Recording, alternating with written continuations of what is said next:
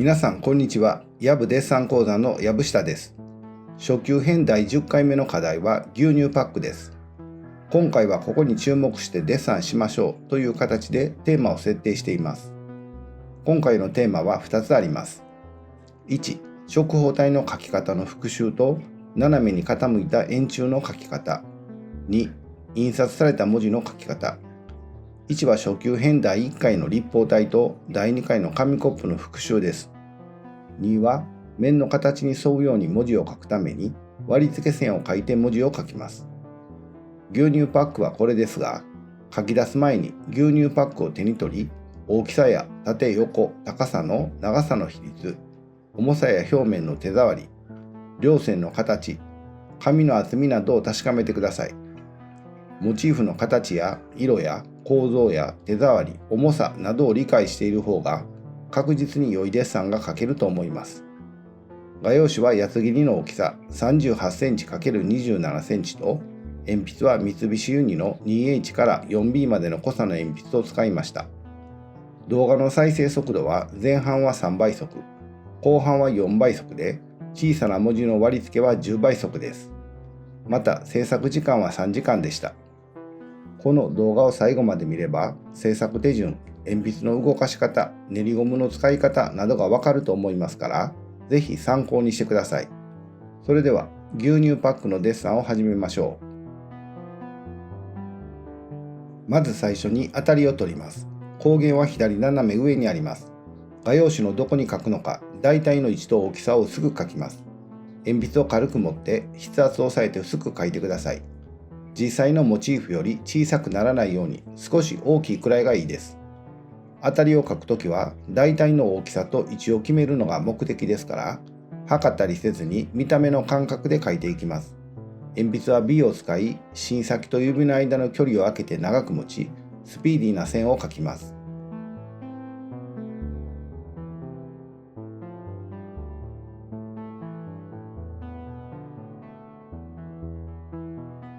牛乳パックの影のできる側と下側の空間を反対側よりも広く取ります。影もモチーフの一部ですから、全体のバランスを考えて牛乳パックの位置を決めます。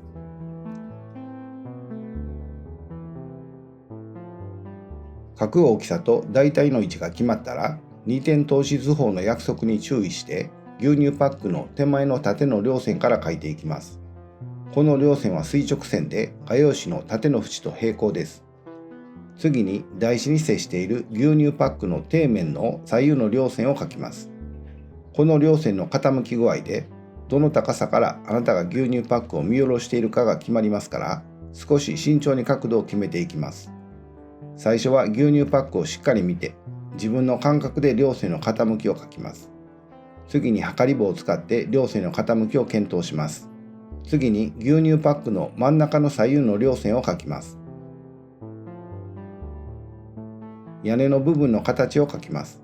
横方向の両線は下の直方体部分と同じく二点透視図法の約束に従います。注ぎ口の円柱形も大まかに形を書きます。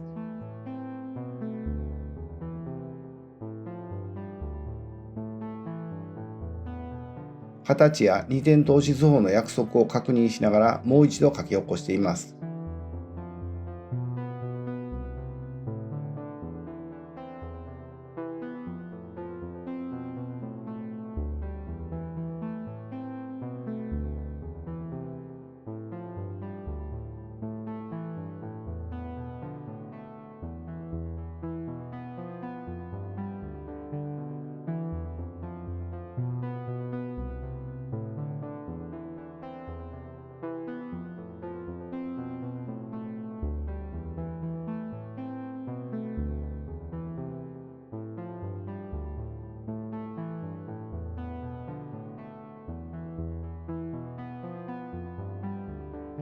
左斜面の中心を決め、円柱形の形を描きます。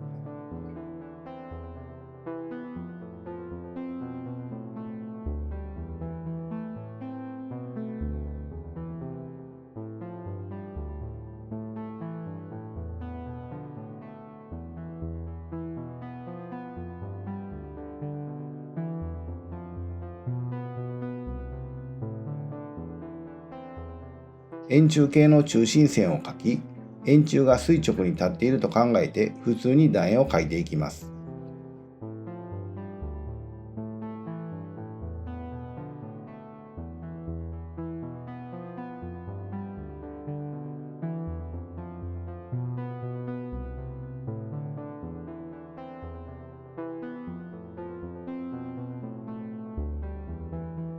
まず中心線と文字列の横幅を決め、バランスを考えて大まかに文字を割り付けます。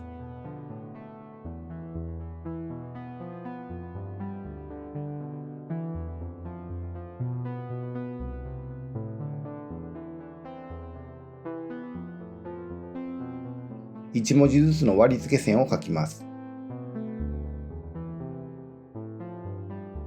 文字の形とバランスを見ながら文字を書きます。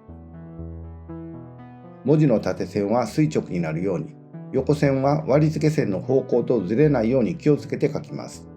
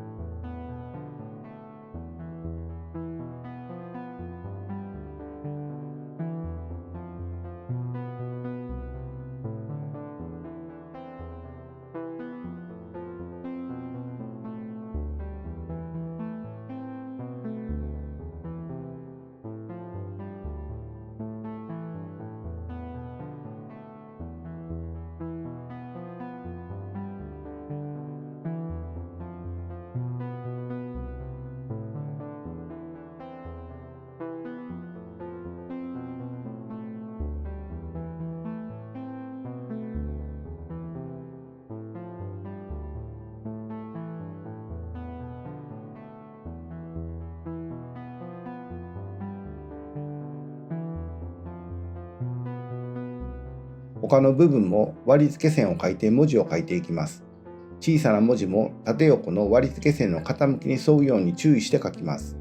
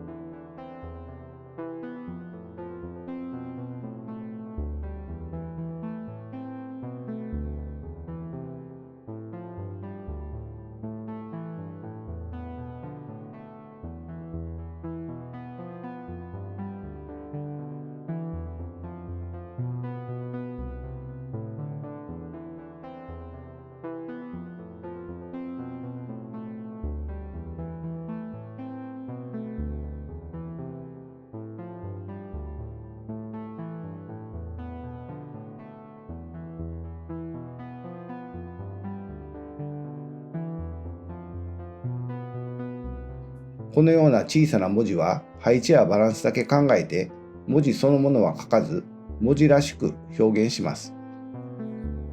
右側面の説明書きも配置のバランスに注意して書いていきます。牛乳パックの側面は少し湾曲していますから、枠線や文字列も少し湾曲したように書きます。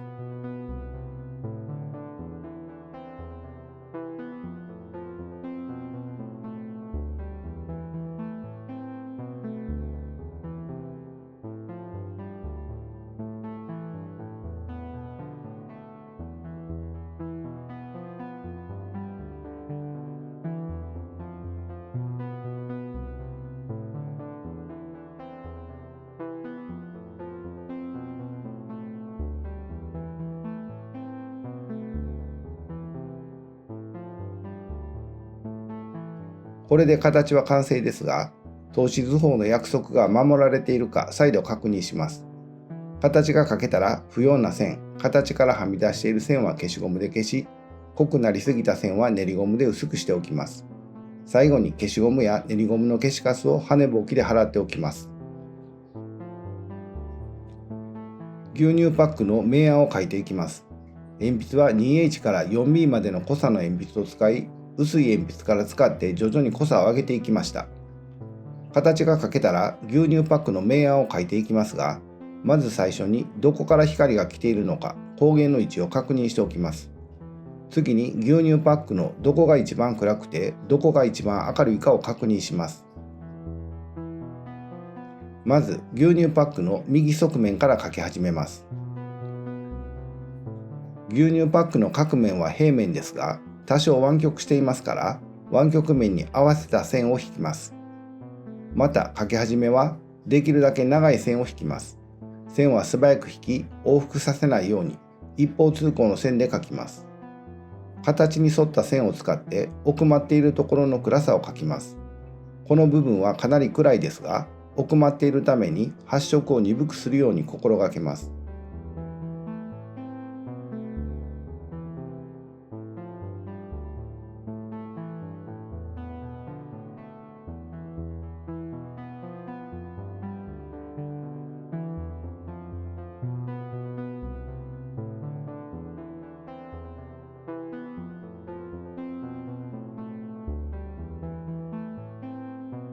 キャップの円柱形を描きます。形に沿った線を使って大まかな明暗を描きます。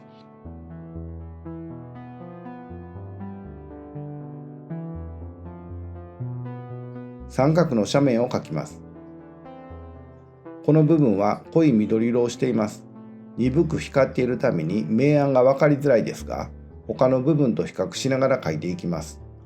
斜面に映るキャップの影や色の濃い部分のつながりを見つけて描いています。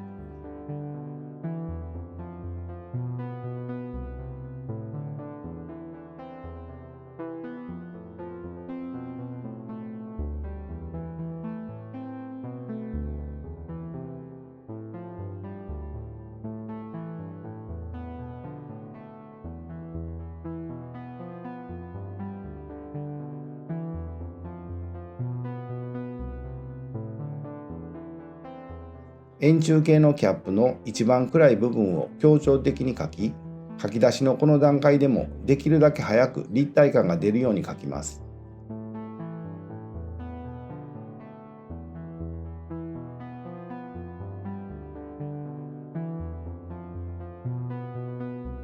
明るい左側面も描き出していきます。HB の鉛筆を使って濃くなりすぎないように描いています。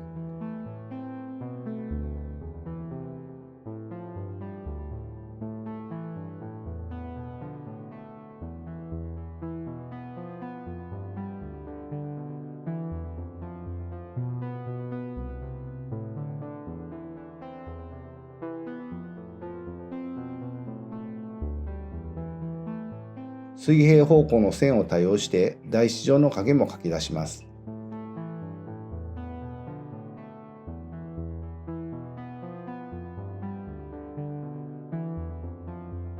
この両線はピン角ではなく小さな面が取ってありますから、その暗さを捉えて少し強調的に描いておきます。全体の大きな明暗を描いていますが、大きな明暗は目を細めてみるとよくわかります。これ以上細めると見えなくなってしまうというくらい細めて大きな明暗を検討してください。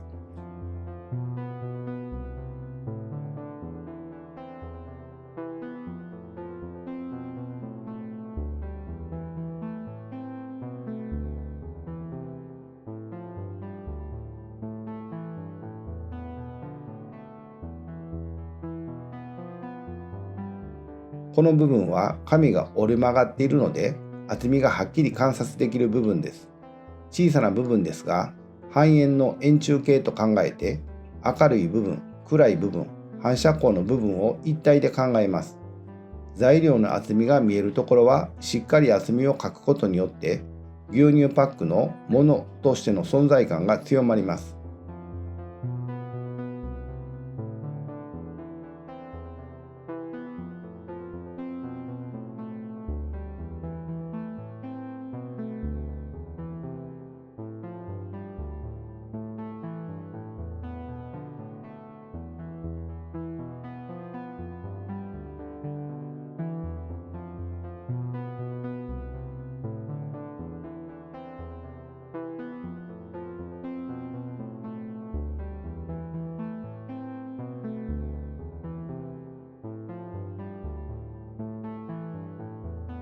この部分の暗さはとても分かりにくいですが、奥まっている暗さですから、あまり暗くなりすぎないように注意して描きます。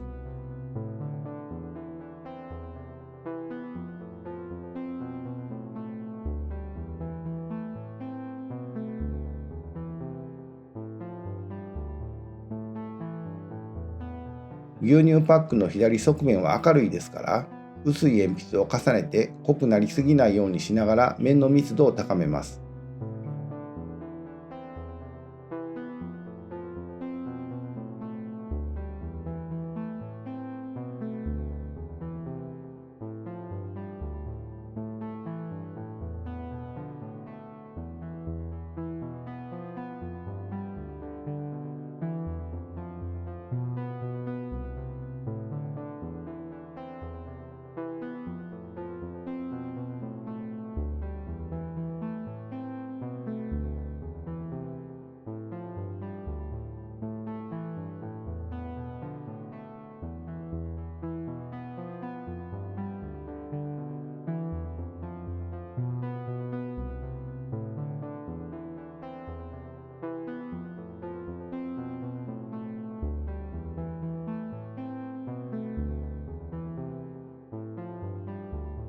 キャップの明暗を強めながらギザギザの形も描いていきます。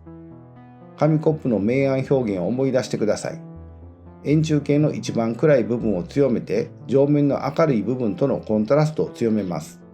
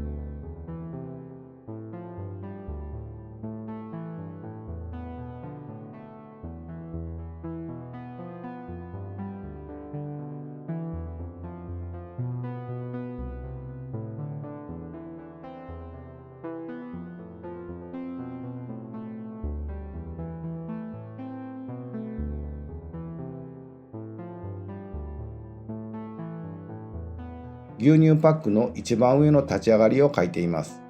紙が二重になっていて、強度的にも非常に強いですから、形は単純ですがないがしろにできない部分です。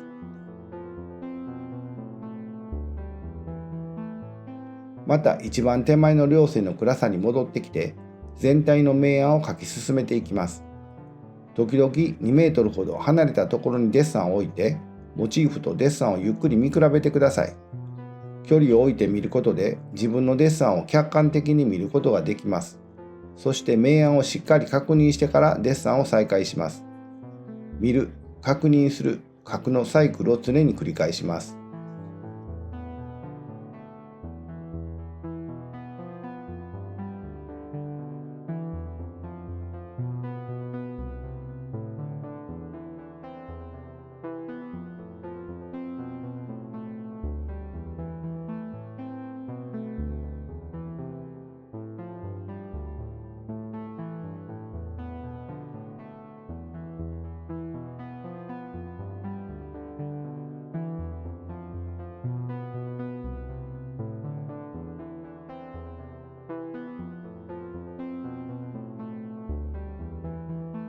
相対的に台紙上の影が弱くなってきたので影を強めていきます。接地面付近の影は濃くなっていますからしっかり観察します。影を描くときのコツは平面的に広がる台紙の平らな形を描くつもりで描きます。水平方向の線を多用しますが、このように牛乳パックの底面の左右の両線に近い斜めの線も使って大丈夫です。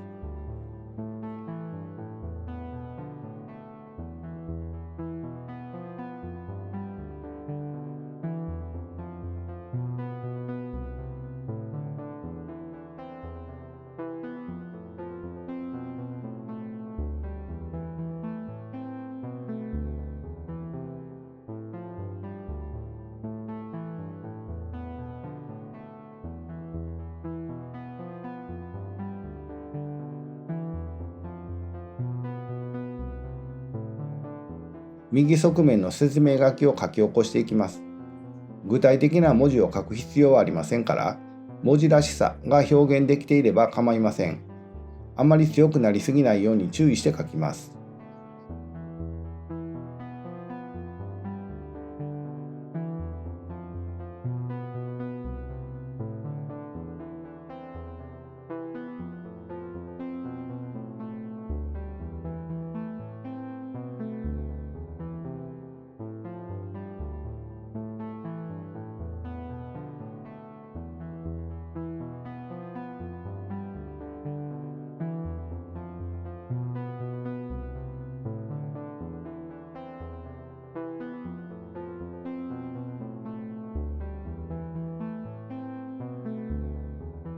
左側面の文字も同じように書き起こしていきます。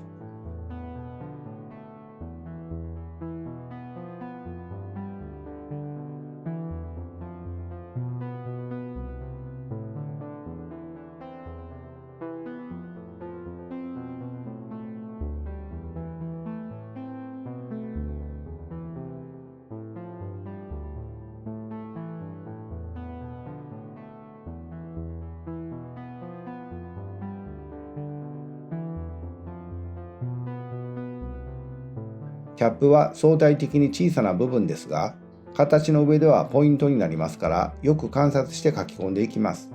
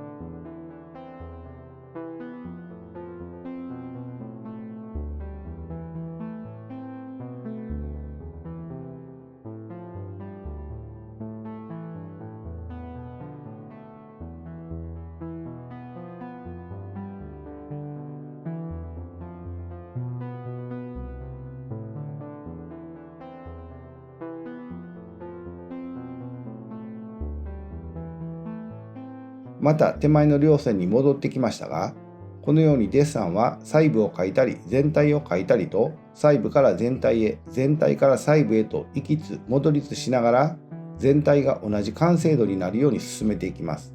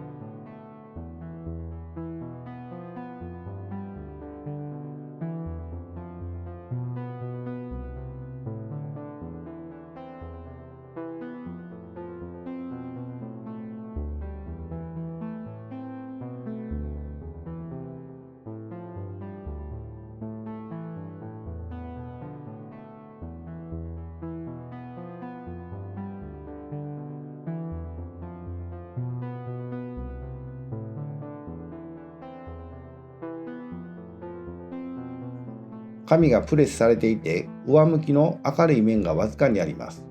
こういう部分も見落とさないように書いていきます。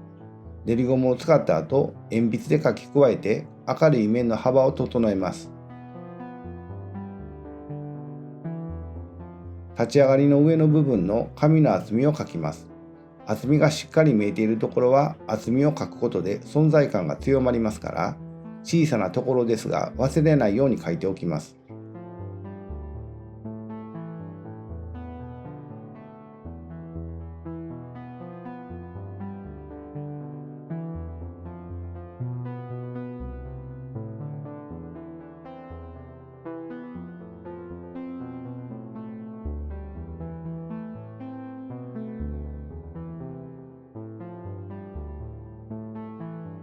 斜めの面の鈍く光っている部分を練りゴムで明るくしています。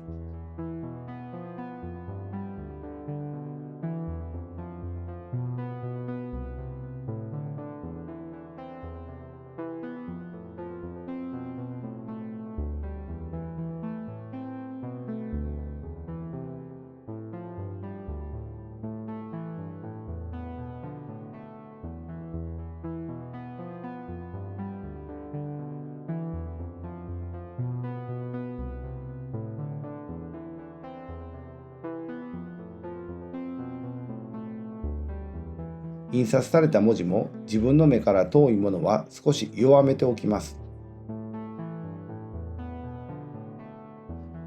一番手前の両線の面取りによる明暗変化を整理しています。消したくない部分は紙で隠して目的の明るさまで明るくします。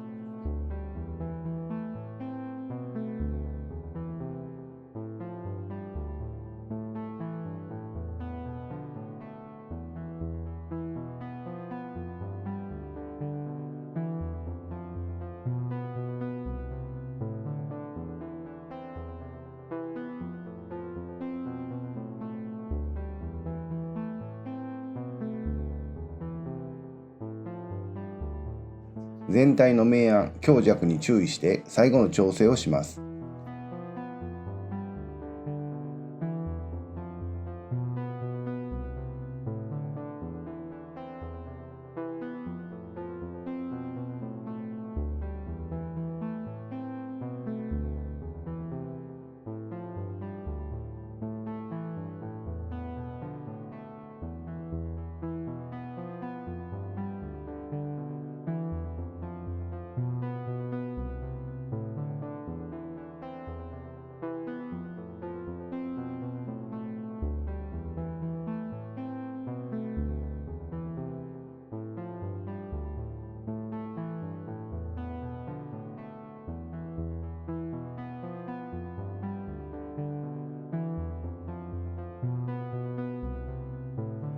影の周辺を練りゴムでぼかして完成です。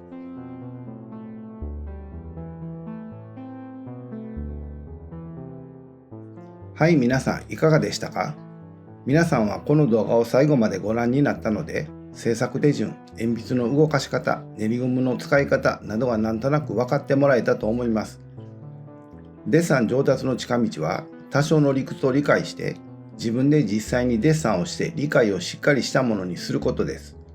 今度は皆さんが牛乳パックのデッサンをぜひしてください。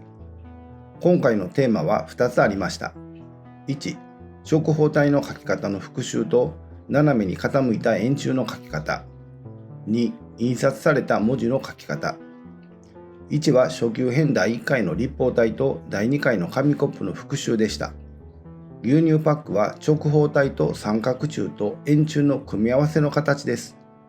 このようにいくつかの幾何形態で構成されていても、いつも2点通しと1点通し図法の約束を忘れないように活用してください。また、明暗のでき方も、立方体と紙コップの明暗のでき方を頭に入れておいて、モチーフごとにそれを応用していけばいいと思います。2は、面の形に沿うように文字を書くために、割り付け線を書いて文字を書きました。文字の縦線、横線の傾きが狂うと表面から浮き上がって見えますから、割り付け線の傾きに注意しながら書いていきます。また小さな文字は配置やバランスを考えて文字らしく見えれば OK です。はい、皆さんお疲れ様でした。牛乳パックのデッサンの説明は以上です。次回の初級編第11回は玉ねぎのデッサンをします。この動画が参考になったという方は、チャンネル登録、高評価、コメントもお願いします。それでは今日はこれでおしまいにします。また次回の動画でお会いしましょう。皆さんごきげんよう。